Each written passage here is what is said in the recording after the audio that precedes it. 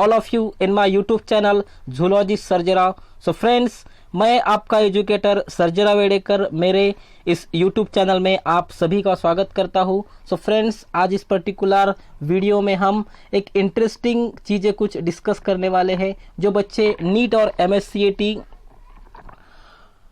2021 और 22 के लिए प्रिपरेशन कर रहे हैं उनके लिए बहुत ही इम्पोर्टेंट वीडियो इस वीडियो में लेके आया हूँ। ठीक है, जो भी सेल साइकिल और सेल डिवीजन ये पर्टिकुलर चैप्टर है, उस चैप्टर के अंदर जो भी इम्पोर्टेंट इवेंट सेल साइकिल में जो इवेंट होते हैं पर्टिकुलर सेल साइकिल में, उसको शॉर्ट में मैंने यहाँ पे शॉर्ट आउट किया है। और क्योंकि ज़्यादातर जो भी क्वेश्चंस है इस पर्टिकुलर एरिया से अराइजेस होते हैं, इसलिए मैंने इस पर्टिकुलर कंटेंट पे वीडियो बनाया है। सो फ्रेंड्स, चलिए शुरू करते आज का जो भी वीडियो। ठीक है, उससे पहले अगर मेरे इस यूट्यूब चैनल पे नए हैं तो मेरे इस यूट्यूब चैनल को सब्सक्राइब और अपने दोस्तों को शेयर करना ना भूलिए, ताकि आगे चल के जो भी वीडियोस मैं इस यूट्यूब चैनल के माध्यम से अपलोड करूंगा उसका आपको नोटिफिकेशंस मिल जाएगा। तो चलिए फ्रेंड्स, स्टार्ट करते हैं आज का ये particular video. Important event occurs in each stage of cell cycle. जो भी सेल साइकिल में जो भी इवेंट ऑकर्स होते हैं, जो पर्टिकुलर सेल साइकिल होती है, उस पर्टिकुलर सेल साइकिल में कौन कौन से इवेंट होते हैं ये हम आज डिस्कस करने वाले। ठीक है, उससे पहले सेल साइकिल की हम डेफिनेशंस देख लेते हैं। तो सेल साइकिल क्या है कि it is a series of change. So cell cycle क्या है कि सेल में चेंजेस होते हैं, एक सीरीज ऑफ चेंज और दी सिक्वेंशियल इवेंट। सो सेल साइकिल क्या है कि एक सीरीज चेंजेस की एक सीरीज है और एक सिक्वेंशियल इवेंट होते हैं। सो एक इवेंट होने के बाद दूसरा इवेंट हो जाता है, which occurs in a regularly dividing cell. So जो भी डिवाइडिंग सेल होती है रेगुलरली, सच एज जो भी सोमैटिक सेल होती है, सोमैटिक सेल और जर्म सेल होती है। सो इस पर्टिकुलर सेल में रेगुलरली जो डिवाइड्स होते हैं उसमें ये सेल साइकिल देखने को मिलती है। ठीक है, सो जनरेशन टाइम क्या होता है हम डिस्कस कर लेते हैं। So a time taken to complete a one cycle called as a generation time. So मान लीजिए एक पर्टिकुलर सेल है, उस पर्टिकुलर सेल को पूरा डिवाइड होने के लिए जो भी पेरेंटल सेल है, उस पेरेंटल सेल से जो भी उसकी जो भी प्रोजेनी है, ठीक है, उसकी प्रोजेनी डॉटर सेल फॉर्म होने में जो भी वक्त लगता है उसे हम क्या बोलते हैं, जनरेशन टाइम। ठीक है, उसके बाद जो भी सेल साइकिल है, सेल साइकिल को हम दो कैटेगरी में क्लासिफाई करते हैं। पहली कैटेगरी है इंटरफेज, उसे हम माइटोटिक फेज बोलते हैं। ठीक है, पहली फेज है इंटरफेज और दूसरी क्या है कि माइटोटिक फेज। ठीक है, सो इंटरफेज में क्या है कि तीन मेन फेजेस आते हैं। पहली है G1 फेज, उसके बाद S फेज और उसके बाद G2 फेज। ठीक है, उसके बाद माइटोटिक फेज आती है। So mitotic phase again categorize into four phases. So mitotic phase को हम और चार कैटेगरी में क्लासिफाई करते हैं, प्रोफेज, मेटाफेज, एनाफेज और टीलोफेज। और लास्ट में जो भी फेज आती है उसे हम क्या कहते हैं, cytokinesis. So one by one हम जो पर्टिकुलर स्टेजेस है उस स्टेजेस में कौन कौन सी इवेंट, कौन कौन सी जो भी घटनाएं होती है वो हम सीरीज से देखने वाले हैं। ठीक है, so these are the particular cell cycle. So diagram में देख लेते हैं कि दीज आर दी ये पर्टिकुलर सेल साइकिल है, these are the G1 phase. So ये G1 फेज है, उसके बाद ये क्या है, S फेज होती है, उसके बाद G2 और लास्ट में क्या होती है, माइटोसिस होती है। ठीक है, so these are the interphase और ये क्या है कि these are the mitotic phase. ठीक है, सो हर एक स्टेज में क्या क्या होता है हम आगे डिस्कस करने वाले। ठीक है, सो पहले हम G1 फेज डिस्कस कर लेते हैं। सो G1 फेज ये first phase of interphase, interphase की ये पहली फेज है। और इस पर्टिकुलर फेज में क्या होता है कि synthesis of some important protein required for the translation. So translation के लिए जो भी इंपॉर्टेंट प्रोटीन है ये इस पर्टिकुलर स्टेज में क्या होते हैं, सिंथेसाइज शुरू होते हैं। ठीक है, अगला है कि डुप्लीकेशन ऑफ सेल ऑर्गेनल्स। तो जो भी सेल ऑर्गेनल्स पर्टिकुलर सेल में प्रेजेंट है उनका डुप्लीकेशन हो जाता है। और उसके बाद न्यूक्लियोटाइड है, amino acid and some histone protein which require for the protein synthesis. जो भी न्यूक्लियोटाइड है, अमाइनो एसिड है और कुछ हिस्टोन प्रोटीन जो भी प्रोटीन सिंथेसिस के लिए इंपॉर्टेंट है, वो G1 फेज में क्या होते हैं, सिंथेसिस स्टार्ट होते हैं। ठीक है, उसके बाद अगली फेज है एस फेज। एस फेज को हम सिंथेसिस फेज बोलते हैं। और एस फेज को हम सिंथेसिस फेज क्यों बोलते हैं, क्योंकि इस पर्टिकुलर फेज में जो भी डीएनए है, डीएनए का रेप्लिकेशंस होता है, डीएनए का डुप्लीकेशंस होता है। ठीक है, इसलिए हम इस पर्टिकुलर एस फेज को हम सिंथेटिक फेज बोलते हैं। उसके बाद अगली फेज है G2 phase.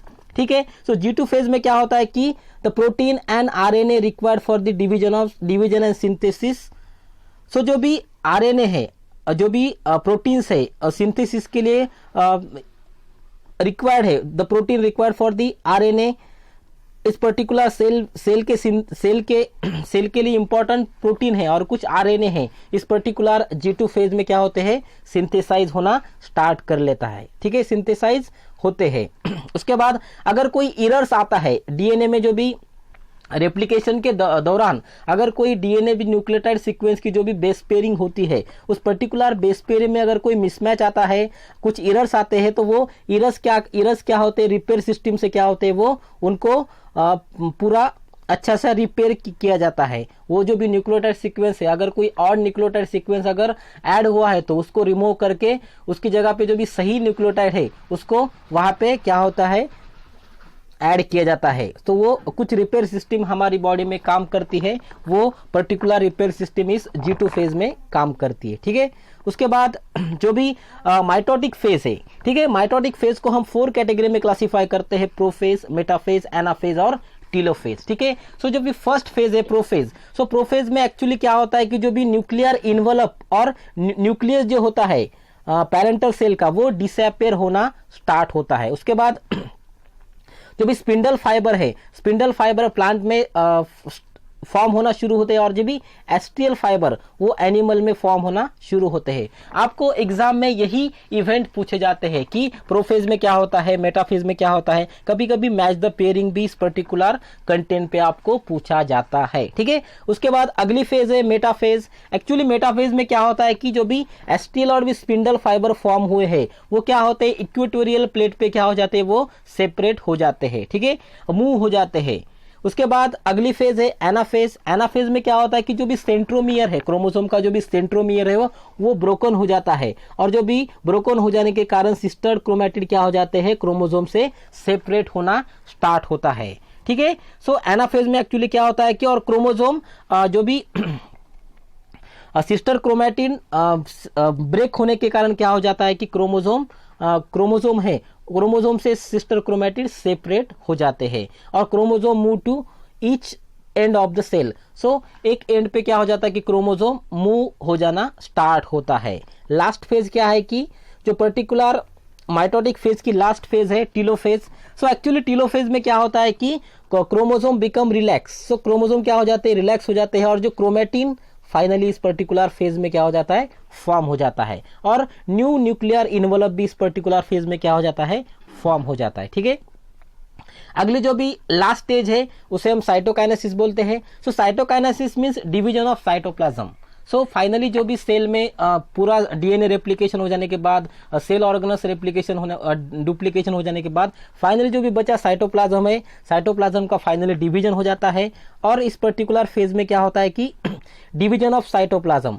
So actually division cytoplasm का डिवीजन हो जाता है और जो भी सेल ऑर्गेनस है वो सेल ऑर्गेनस क्या हो जाते हैं, 2 हाफ में क्या हो जाते हैं, वो सेपरेट हो जाते हैं और फाइनली जो भी पर्टिकुलर सेल है, सेल का डिवीजन कंप्लीट होता है। एक इंपॉर्टेंट नोट नीट एग्जाम के लिए मैं यहाँ पे आपको बताने वाला हूँ। ठीक है, सो पर्टिकुलर जो भी सेल साइकिल है, सेल साइकिल कंसिस्ट कैसे होती है, सेल साइकिल जो भी स्टार्ट होती है वो G1 फेज, उसके बाद S, उसके बाद G2 और finally M। These are the sequence of cell cycle, पिछले वीडियो में हमने डिस्कस किया था। लेकिन एक G0 फेज भी होती है।